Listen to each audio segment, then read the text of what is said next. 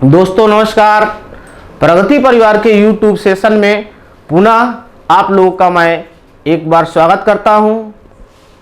आज हिंदी व्याकरण के उस प्रकरण पर हम लोग चर्चा करेंगे जिस प्रकरण का मेरे दोस्तों को काफ़ी बेसब्री से इंतज़ार था, जिसे हम लोग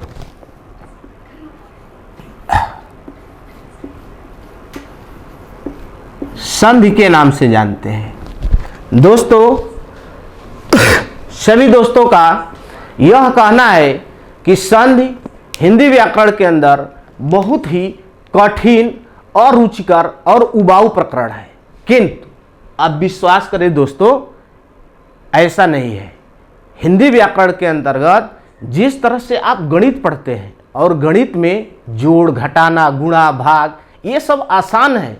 विश्वास करें, सेम यह हिंदी व्याकरण के अंतर्गत जोड़, घटाना, गुणा, भाग की प्रक्रिया है और यह उबाऊ नहीं होती है। यह उबाऊ तब तक है दोस्तों जब तक कि हम इसके कॉन्सेप्ट को नहीं समझते हैं। जिस दिन आप हिंदी व्याकरण में संधि के कॉन्सेप्ट को समझ गए तो जीवन में कभी नहीं कह सकते हैं कि संधि उबाऊ है। संधि से आसान हिंदी व्याकरण में कुछ होता ही नहीं। बस आप थोड़ा धैर्य रखेंगे और वीडियो को अंततः देखेंगे। मैं वादा करता हूं दोस्तों कि हिंदी में संधि आज से आपके लिए सबसे आसान प्रकरण होगा। जैसे हम लोग सबसे पहले यह देखते हैं दोस्तों कि संधि जो शब्द है, इस शब्द का शाब्दिक अर्थ क्या होता है।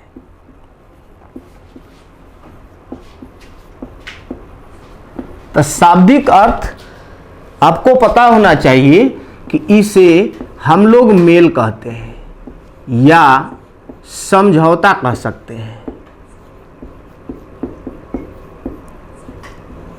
या आप सुने होंगे कि अमुक व्यक्ति संविदा पे सर्विस कर रहे हैं। तो संविदा भी एक प्रकार का समझौता है।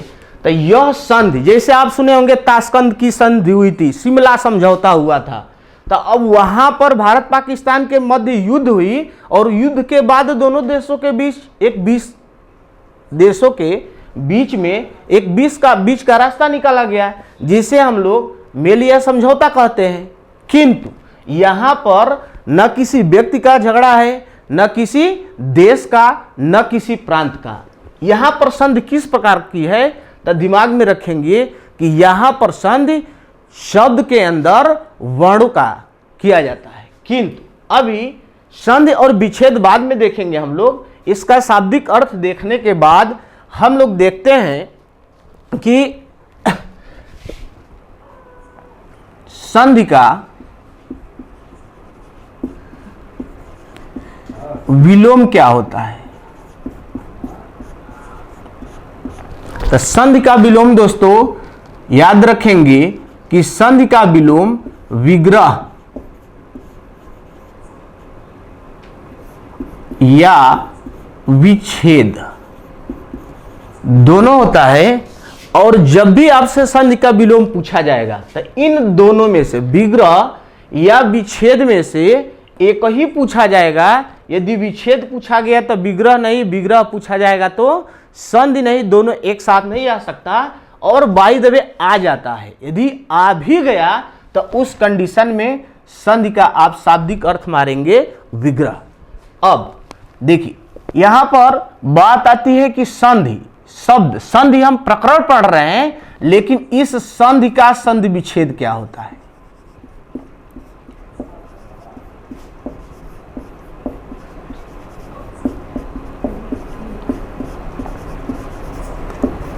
इस संधि का ही संधि विच्छेद क्या होगा तो यह याद रखेंगे आप लोग, होता है सम और धी। यहां पर एक समस्या का समाधान आपके एक यहीं पर हो जाएगा। जैसे संधि लिखते हैं तो कभी कभी हम लोग संधि ऐसे लिखते हैं। अब कुछ जगहों पर आप देखे होंगे कि संधि ऐसे लिखा जाता है। कुछ दोस्तों का यह प्रश्न रहा कि सर संधि यह सही है या यह सही है। तो दिमाग में रखें कि यदि यह संस्कृत में प्रश्न है तो संधि यह सही है, लेकिन यदि हिंदी में पूछ लिया गया तो संधि यह दोनों सही है। अब क्यों दोनों सही है, तो यहां पर याद रखें कि देखिए इस शब्द, यह एक शब्द है सम, और इस शब्द का अंतिम वर्ण क्या है, म है, और यह द्वितीय शब्द है, और द्वितीय शब्द का अंतिम वर्ण क्या है, ध है। अब यह ध किस वर्ण के अंतर्गत आता है दोस्तों, तो यह स्पर्श वर्ण के अंतर्गत आता है। स्पर्शी या वर्गीय कह सकते हैं, स्पर्शी कह सकते हैं, या वर्ग के अंतर्गत 5 वर्ग होते हैं और उन 5 वर्गों के अंतर्गत आता है। यानी कि स्पर्श व्यंजन की जो संख्या हम लोग 25 पढ़े थे, तब व्यंजन संधि जब आगे पढ़ेंगे तो उसे हम बताएंगे कि जब म के बाद किसी भी वर्ग का कोई भी वर्ण आ जाए तो यह म अनुस्वार में बदलेगा, या म के बाद आने वाला वर्ण जिस वर्ग का होता है उसी वर्ग का पंचम अक्षर आधा रखा जाएगा। तो यह ध है, ध त वर्ग का है, त वर्ग का पंचम अक्षर क्या होता है, न होता है। तो उस कंडीशन में यहां पर न आधा भी लिख सकते हैं और या अनुस्वार भी लिख सकते हैं, दोनों सही है दोस्तों। यानी कि संधि का संधि विच्छेद समधन धी होता है, और संधि में यदि कोई पूछे कि संधि में 2 तरह से हम लोग संधि शब्द लिखते हैं और इसमें से कौन सा शब्द शुद्ध है दोस्तों, तो दोनों क्या है, शुद्ध है। अब बात आती है कि इस संधि को की परिभाषा क्या होती है, या संधि किसको कहते हैं। तो आपको रटने की जरूरत नहीं है दोस्तों, रटना बिल्कुल भूल जाएं, रटने की कोई जरूरत नहीं। संधि किसे कहते हैं तो याद रखेंगे, जैसे सम और धी 2 शब्द हैं, तो सम शब्द का अंतिम वर्ण क्या है, म है। तो आप कह सकते हैं प्रथम, यह प्रथम है, द्वितीय है। किसी संधि में जब संधि करेंगे तो 2 शब्द उसमें मिल जाएंगे। यदि 2 प्रांत का संधि होगा तो 2 प्रांत मिलेंगे। यदि 2 देशों के मध्य संधि होगी तो 2 देश आपस में बढ़ते हैं और बीच का रास्ता निकाला जाता है, एक विवाद का समाधान निकाला जाता है। सेम उसी तरह जब संधि होती है शब्द में तो उसमें मूल 2 शब्द होते हैं। प्रथम जो शब्द होता है उसको प्रथम ही कहते हैं, और जो द्वितीय होता है उसे द्वितीय शब्द कहते हैं। तो संधि की परिभाषा रटेंगे नहीं दोस्त, बस जाने हैं यहां पर, समझे कैसे संधि क्या है। तो आप बोलिएगा प्रथम शब्द के अंतिम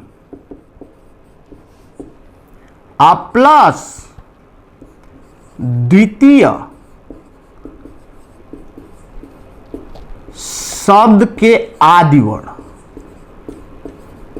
अब देखिए यहां पर आदि शब्द आया, आदि का विलोम क्या होता है, तो दिमाग में रखेंगे कि आदि को हम प्रारंभ भी कहते हैं और आदि का विलोम अंत होता है। तो यहां पर देखिए अंतिम लिखा गया और यहां पर आदि।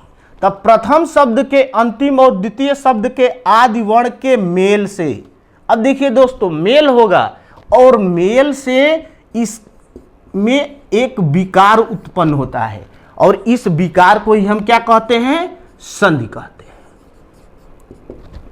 अब क्लियर हुआ।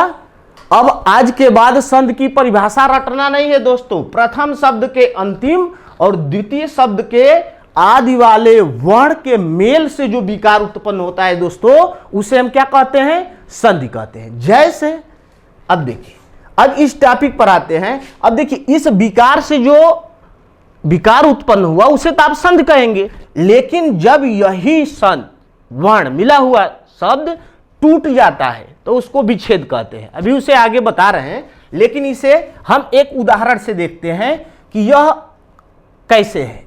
जैसे एक शब्द है गिरी और ईस। अब देखते हैं दोस्तों, अब देखिए प्रथम शब्द का अंतिम वर्ण क्या है, तो अंत में यहां आपको दिख रहा है र नहीं दोस्तों, र में ई लगा है। और कभी भी व्यंजन के साथ स्वर आया तो उसके पहले नहीं बाद ही होगा। तो यानी कि र में र के बाद अंतिम वर्ण क्या है यहां, तो ह्रस्व ई है दोस्तों। और यहां पर इसका आदि यानी प्रारंभिक वर्ण क्या है, तो दीर्घ ई है, और इन दोनों के मेल से विकार उत्पन्न हुआ, यहां पर दीर्घ ई होता है। जैसे इसका संधि किया जाता है तो शब्द बनता है ग्रीस। तो अब उत्पन्न विकार क्या हुआ, तो देखिए एक ह्रस्व और एक दीर्घ दोनों मिला तो क्या हुआ, एक दीर्घ बनाया। तो यह जो विकार उत्पन्न हुआ दोस्तों, इसी को क्या कहते हैं, संधि कहते हैं। तो आप कह सकते हैं कि जो ये परिवर्तन हुआ, इस परिवर्तन को ही हम लोग क्या कह सकते हैं, संधि कह सकते हैं। अब क्लियर। अब पुनः इस विकार के द्वारा जो शब्द बना, इसको पुनः अपने मूल वर्णों में टूट जाने की प्रक्रिया को क्या कहेंगे, विच्छेद कहेंगे।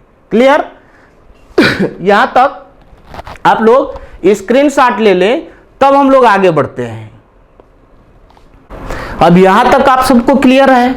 अब देखिए, अब समस्या संधि में सबसे बड़ी क्या है, तो परिभाषा रटना, सभी संधि के नियम रटना दोस्तों। लेकिन आज के बाद आपको रटना नहीं है। देखिए अब तो इतना क्लियर हो गया कि प्रथम शब्द के अंतिम द्वितीय शब्द के आदि वाले वर्ण के मेल से उत्पन्न विकार को क्या कहेंगे, संधि कहेंगे।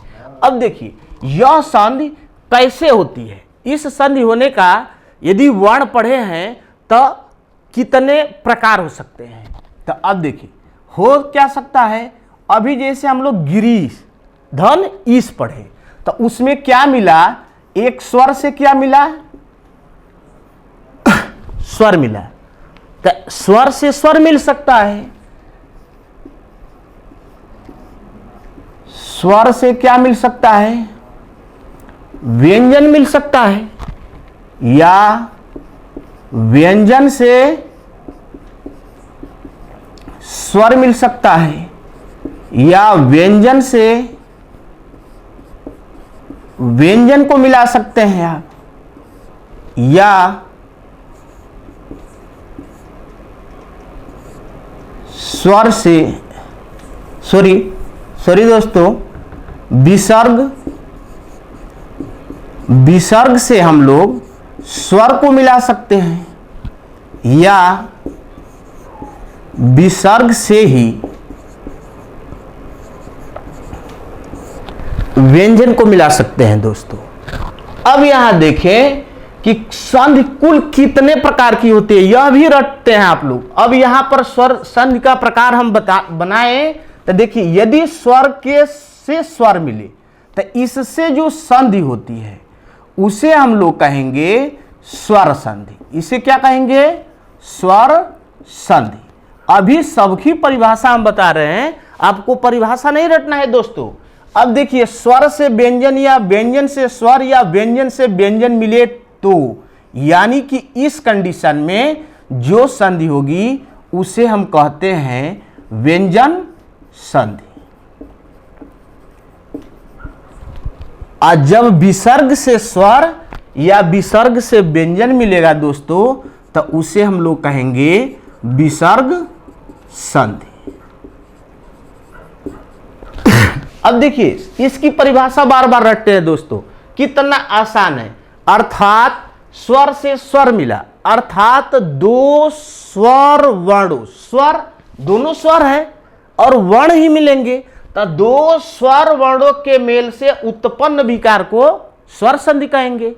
इसे आप बनाएंगे तो एक स्वर या व्यंजन, या व्यंजन के साथ स्वर या व्यंजन के मेल से उत्पन्न विकार को क्या कह सकते हैं, व्यंजन संधि। व्यंजन के साथ व्यंजन स्वर के मेल से उत्पन्न विकार को व्यंजन संधि कहेंगे।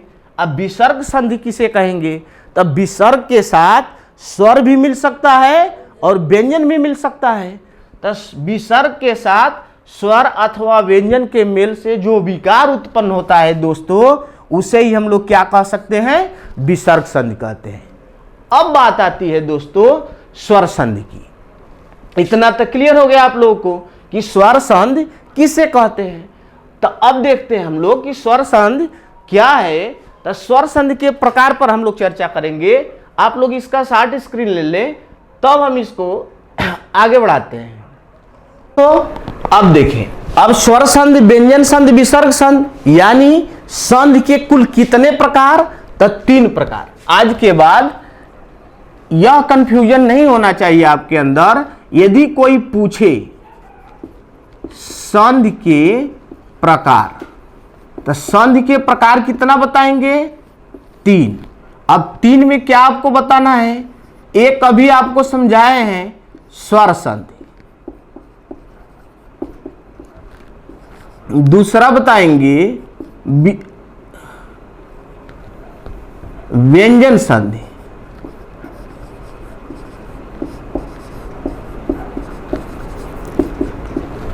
और तीसरा बताना है हमें विसर्ग संधि। अब तीनों की परिभाषा तो आपको क्लियर। अब हम बात आती है स्वर संधि की। तो अब देखिए दोस्तों कि 2 स्वर या 2 स्वरों के मेल से उत्पन्न विकार स्वर संधि। तो अब स्वर संधि में स्वरों की संख्या कितनी? टोटल 11। तो उन 11 का आपस में जो सामंजस्य होता है उससे स्वर संधि की उत्पत्ति होती है। अब यहां पर समस्या यह आती है कि बच्चों के लिए नियम रटना कठिन है। आज के बाद नियम नहीं रटना होगा दोस्तों, ये मेरा दावा है। बस आप वीडियो पर अंत तक बने रहें। जैसे हम आपको बताते हैं, अब इसमें देखेंगे आप लोग स्वर संधि के प्रकार। तो स्वर संधि के प्रकार दोस्तों मुख्यतः 5 होते हैं। लेकिन अब ये 5 कैसे होते हैं, ये नियम कैसे याद हो? ये 5 प्रकार तो सबको पता है, लेकिन नियम नहीं याद होता है। लेकिन नियम आज के बाद रटेंगे नहीं, इसे आप एक बार देखें। जैसे आप लोग लिखते हैं अ, आ, ह्रस्व ई, दीर्घ ई, ह्रस्व उ, दीर्घ उ, री और दीर्घ री, ए, आई, ओ, औ। ये 11 स्वर हम लोग पढ़ते हैं। अब इसमें से दिमाग में रखेंगे कि देखिए ओ या आ के बाद ई, उ, री, लरी, ये स्वर हैं। तो अब इन जो 4 स्वर हैं जिन्हें हम लोग ह्रस्व स्वर के नाम से जानते हैं, तो इसका ह्रस्व और दीर्घ दोनों होता है। तो जब दोनों होता है दोस्तों, तो देखिए ओ और अ को एक साथ लेंगे, तो ओ और अ को एक साथ लेंगे तो सदैव इसमें जो दीर्घ होगा वो बनेगा। क्लियर? यहां पर ह्रस्व ई और दीर्घ ई को लेंगे तो इसमें से दीर्घ ई, ऊ को लेते हैं तो दीर्घ ऊ, और री को लेंगे दोस्तों तो दीर्घ री बनता है।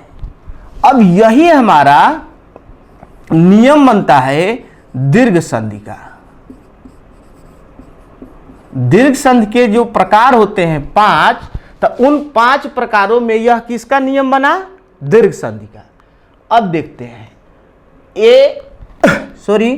यह ए, ओ, औ।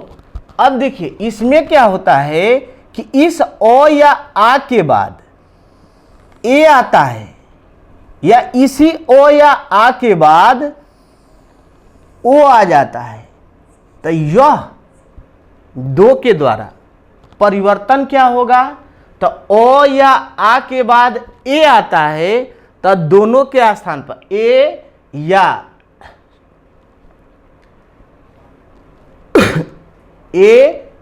ए आएगा। तो इन दोनों में दिमाग में रखेंगे कि सदैव क्या बनेगा? ए बनता है। और यदि इन दोनों में से कोई आ जाता है तो तब क्या बनेगा? इसमें से भी दीर्घ बनेगा, ये औ बनेगा। और ये 2 किसके नियम बनते हैं? तो याद रखेंगे कि यह बनता है वृद्धि संधि का नियम। यह वृद्धि संधि का। अभी इतना ही नहीं, आपको बिल्कुल रटने की जरूरत नहीं, अभी इससे भी आसान तरीका हम बताने वाले हैं दोस्तों। अब देखें, गुण संधि इसमें बच जा रही है, तो गुण संधि में दिमाग में रखेंगे कि इसी अ या आ के बाद यदि ई आ जाएगा, यह ई, तो इस कंडीशन में ए का निर्माण होता है, और अ या आ के बाद ही उ आ जाता है तो ओ का निर्माण होता है, और इसी के बाद यदि री आ जाता है तो और का निर्माण होता है। और इन तीनों के द्वारा जो संधि बनती है उसे हम लोग गुण संधि के नाम से जानते हैं। अब क्लियर हुआ दोस्तों? यानी कि आप जो स्वर पढ़े हैं, इन स्वर में ही हमारे 3 नियम समाहित है, तब 5 में से 3 को तो आपको पढ़ना नहीं है।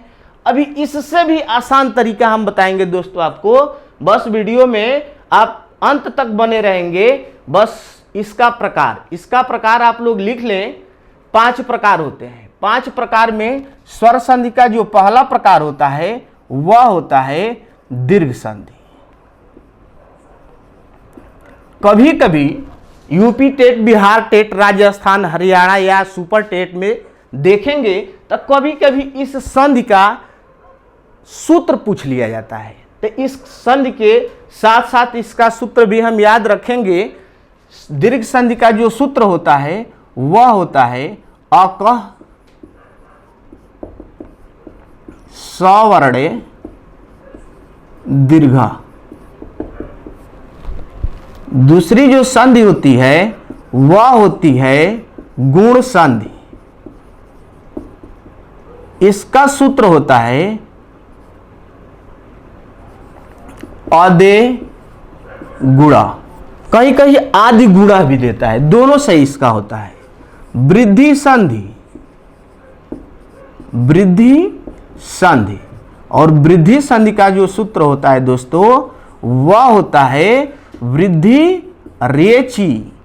चौथी जो संधि होती है वह होती है यण संधि, और यण संधि का जो सूत्र होता है वह होता है इको यणची। और 5वीं जो संधि होती है स्वर संधि की 5वीं या और अंतिम, वह होती है आयादि संधि। वह होती है आयादि संधि। इसका जो सूत्र होता है वह होता है एचो य वा या वह। तो यह संधि दिमाग में अब बैठा ले दोस्तों कि स्वर संधि के 5 नियम, दीर्घ संधि, गुण संधि, वृद्धि संधि, यण संधि और आयाद संधि। अब ये 5 ही सूत्र होते हैं। इन 5 के सूत्र है का सवर्णे दीर्घ आदे गुणे वृद्धि को यणच और एचो या वह। अब दोस्तों हम लोग अभी एक एक सूत्रों को, एक एक नियम को आपको जवानी करा देंगे हम, ये मेरा वादा है। क्लियर? तो अब एक एक संधि को हम लोग देखते हैं दोस्तों। एक एक संधि में पहले हम लोग देखते हैं दीर्घ संधि। दीर्घ संधि आका सवर्णे दीर्घा। अब देखिए, यदि यह संधि है और इस संधि में अकः सवर्णे दीर्घ लिखा गया तो इसका भी मीनिंग है, किंतु दिमाग में यह रखेंगे कि यह जो सूत्र बना है, यह सूत्र दिया गया है, यह संस्कृत का है और संस्कृत में लिखा गया अकः यानी अक प्रत्याहार, और अक प्रत्याहार में सभी ह्रस्व स्वर आते हैं। अक प्रत्याहार की बात लें, अक प्रत्याहार, तो अक प्रत्याहार में आता है अ, ई, उ, री और लरी। तो ये संस्कृत में ह्रस्व स्वर है, जबकि हिंदी में ह्रस्व स्वर कितने हैं? तो यह री नहीं होता दोस्तों, अ, ई, उ, री होता है। अब यह कह रहा है अकः मने अक प्रत्याहार, सवर्णे मने समान वर्णाए, दीर्घ मने दीर्घ हो जाता है। यानी अक प्रत्याहार यानी कि अ ई उ री के ह्रस्व या दीर्घ के बाद ह्रस्व या दीर्घ आए तो इन दोनों के स्थान पर सदैव क्या होगा, दीर्घ होगा। जो अभी बताए कि अ और आ में से कोई ऊपर या नीचे मिलता है तो उससे बनने वाला वर्ण क्या होता है, आ होता है। तो यह फार्मूला बताता है, लेकिन हिंदी में परिभाषा कैसे आप लोग रटेंगे, ये दिमाग में रखें कि परिभाषा कैसे याद होगी हम लोगों को। तो अब हम लोग बहुत दिनों से पढ़े हैं, लेकिन थोड़ा अपने तरीका को चेंज करते हैं। चेंज कैसे करेंगे, तो चेंज करने का तात्पर्य यह है कि हम लोग कहते हैं ना कि अ या आ, तो अब अ का दीर्घ भी है, उसी तरह से ई का ह्रस्व और दीर्घ भी है, उ का ह्रस्व और दीर्घ दोनों है, और री का ह्रस्व और दीर्घ दोनों है दोस्तों। अब प्लस होगा, यानी अ के बाद अ आए या आ आए, इसके बाद ह्रस्व या दीर्घ ई आए या उ आए, अथवा री आ जाए। तो इसका आ बनेगा, इसका दीर्घ ई, इसका दीर्घ उ और इसका दीर्घ री बनता है।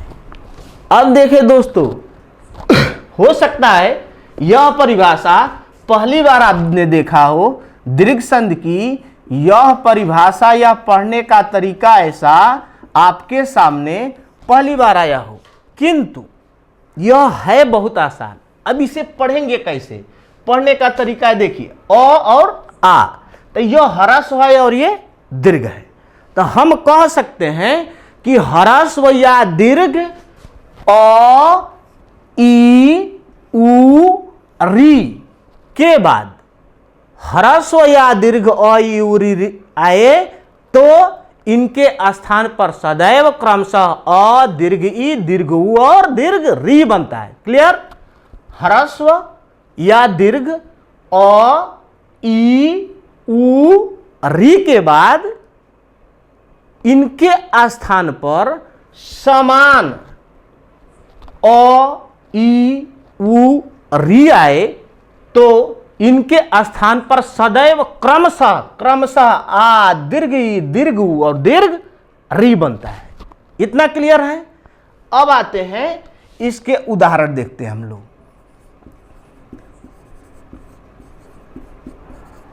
अब उदाहरण, अब देखिए दोस्तों, संधि पढ़ने का नियम मतलब केवल संधि जानना नहीं, संधि से बहुत चीजें हमें मिलती हैं, बहुत चीजें मिलती हैं। संधि का पहला बेनिफिट होता है कि शब्द को शुद्ध लिखना। संधि का महत्व आप याद रखेंगे कि अभी उदाहरण बताने से पहले हम आपको इसका महत्व बता दें।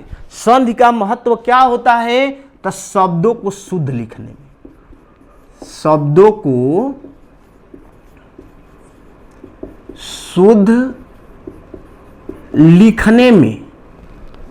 अब देखिए, इसका पहला महत्व होता है कि शब्दों को हम शुद्ध वर्तनी उसकी क्या कर सकते हैं, शुद्ध कर सकते हैं। दूसरा इसका महत्व होता है शब्दों का अर्थ जानने में।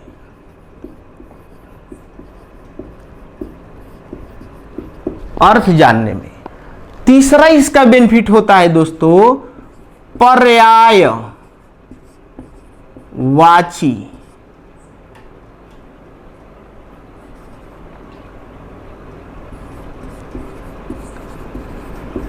की पहचान में। पर्यायवाची की पहचान में यानी कि किस शब्द को या कोई शब्द दिया गया है वह किसका पर्यायवाची है, इसकी भी आप पहचान कर सकते हैं। कैसे, तो हम लोग अपने टॉपिक पर आते हैं। अभी उदाहरण के माध्यम से हम आपको समझाते हैं। जैसे अभी आपको एक उदाहरण हम बताए थे कि गिरी धन ईश। अब देखिए इससे बनने वाला शब्द क्या है, तो यह बनता है गिरीश।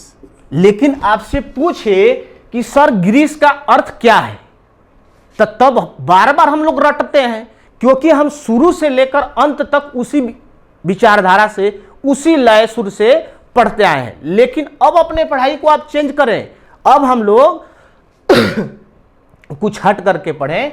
जैसे ग्रीस, तो ग्रीस का आपसे अर्थ पूछा, तो रटना नहीं है दोस्तों। ग्रीस किसका प्रवाची है तब भी नहीं रटना है। ग्रीस में छोटी होगा यानी ह्रस्व ई होगा या दीर्घ ई होगा, यह भी नहीं रटना है। क्यों नहीं रटना है?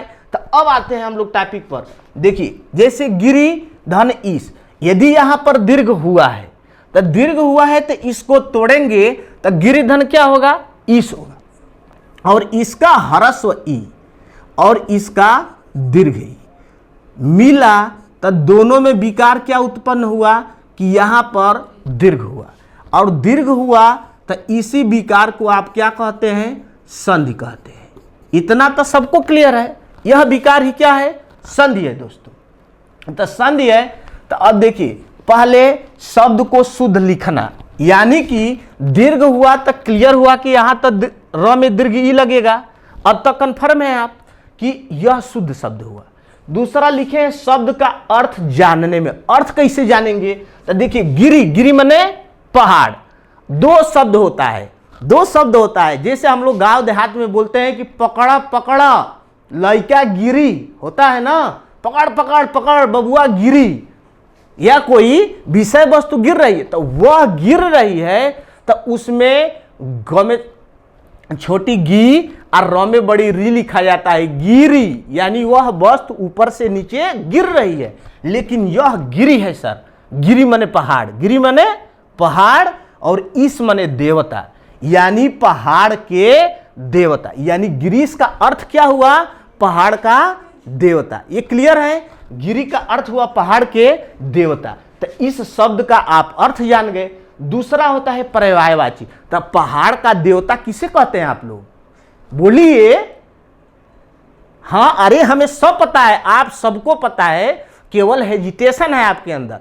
देखिए गिरीश किसका पर्यायवाची है? तो भगवान शंकर का। क्लियर? अब देखिए इसी तरह शब्द आता है गिरी धन इंद्र। अब देखिए अब यहां पर ह्रस्व ई आया, ह्रस्व ई आया, तो दोनों को जोड़ेंगे हम लोग। तो देखिए गी, अब दोनों ह्रस्व ई मिलके क्या बनेगा? दीर्घ ई बढ़ेगा बनेगा, तो गिरीन्द्र हो गया। अब गिरीन्द्र किसका पर्यायवाची? तो फिर गिरिधन इंद्र, यानी पहाड़ के भगवान या राजा। कौन? भगवान शंकर। तो गिरिन्द्र भी किसका पर्यायवाची हुआ? उसी तरह जैसे आप लोग दीपावली मनाते हैं कि हम लोग दीपावली मना रहे हैं, दीपावली का अर्थ क्या होता है बताइए? अच्छा अच्छा, अरे ऐसा कुछ नहीं है श्यामो जी कि दीपावली का मतलब मिठाई खाना नहीं है। राम जी हम ये नहीं पूछे, हम ये बस पूछे हैं कि दीपावली शब्द का अर्थ क्या है ये बताना है। तो देखिए इसको भी आप जान सकते हैं, दीप धन आवली। क्लियर? अब देखिए इसका अ और इसका आ दोनों मिलेगा तो दीर्घी होगा, क्योंकि यह नियम कहता है। तो नियम कहता है तो यहां आ लगेगा, यानी कि शब्द बनेगा दीपावली। अब देखिए इसका अर्थ जानना है। तो दीप मतलब दीपक, आवली मने कतार। दीप मने दीपक, आवली मने कतार, यानी दीपावली का अर्थ क्या हुआ? दीपकों की कतार। तो दीपावली में आप लोग दीपकों को लाइन से सजा देते हैं जला करके, इसी कारण उसे हम क्या कहते हैं? दीपावली कहते हैं दोस्तों। इसी तरह से विद्यालय शब्द होता है।